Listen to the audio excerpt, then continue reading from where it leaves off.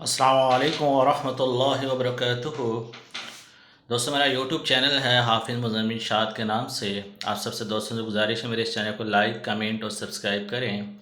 आज हम जिस बारे में बयान करेंगे ये एक वाक़या है जिसका कुरान पाक में यानी एक तरफ इशारा दिया गया है। उसकी पूरी तफसीर वगैरह तफसीलात वगैरह जो सी हम आपसे बयान करेंगे। कुरान पाक में आपने याजूज माजूज के बारे में पढ़ा होगा। ये कौन थे? क्या ये जिन थे, इंसान थे, कौन है? या देव थे या जानवर थे?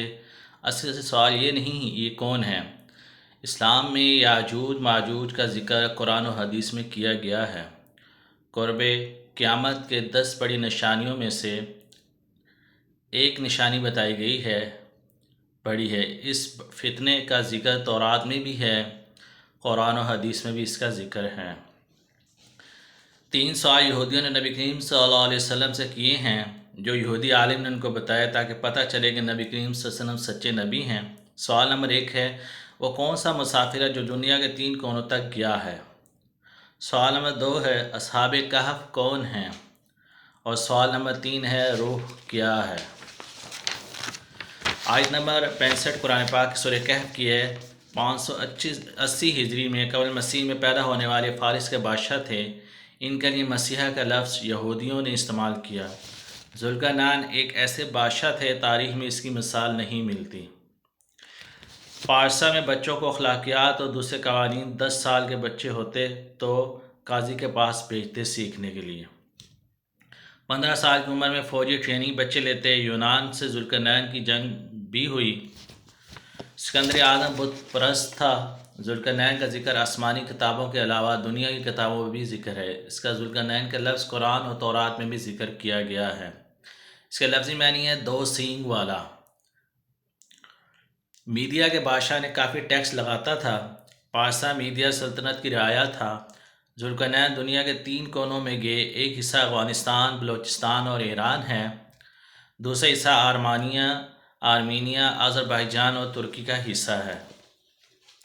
और तीसरा हिस्सा इराक़ है जो कि बाबल कहलाता है। 539 हिजरी में बाबल पर जुल्करनैन ने कब्ज़ा कर लिया। जुल्करनैन एक आदिल और इंसाफ पसंद बादशाह था।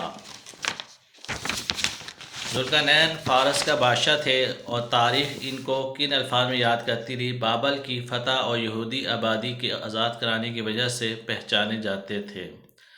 अक़वाम मुत्तहिदा की मरकज़ी इमारत में 2500 साल पुराना फरमान लिखा हुआ है। इस फरमान को सबसे कदीमी और इंसानी हकूक़ के बारे में जाना जाता है, जो जुल्करनैन ने बाबल के मरकज़ी किले पर खड़े होकर जारी किया।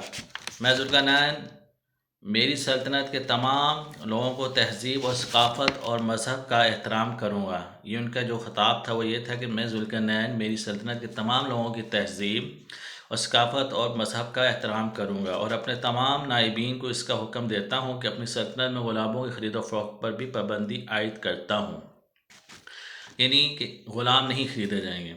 किसी ने भी किसी की हक़ तलफ़ी की, मैं हक़ तलफ़ी करने वाले को सज़ा दूँगा और मज़लूम को उसका हक़ दिलवाऊँगा।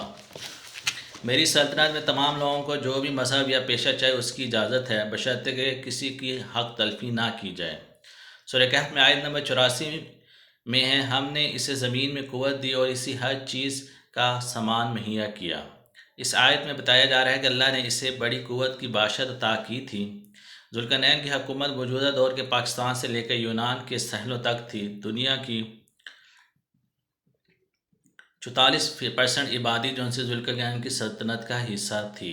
जुल्करनैन आला अक्सरी सलाहियतों के भी मालिक थे, जिसकी तरबियत वो बचपन ही में हासिल करते थे। जब कभी किसी इलाके में काबिज़ होते तो उनकी फ़ौज में इजाफ़ा होता। आयत नंबर 85 में सूरह कहफ की में जुल्करनैन एक सफ़र करता है जहाँ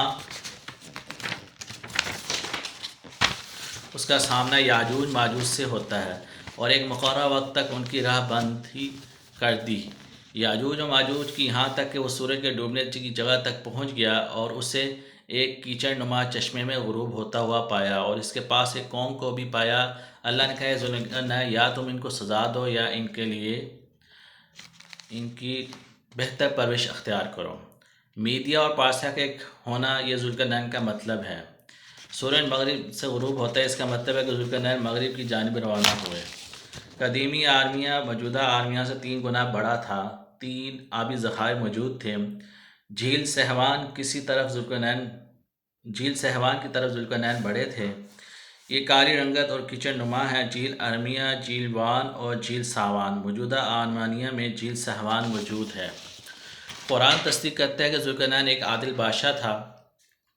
اب ہم جانیں گے کہ ذوالقرنین ان قوموں کے ساتھ کیا سلوک کیا جن کا ذکر قرآن پاک میں ہے۔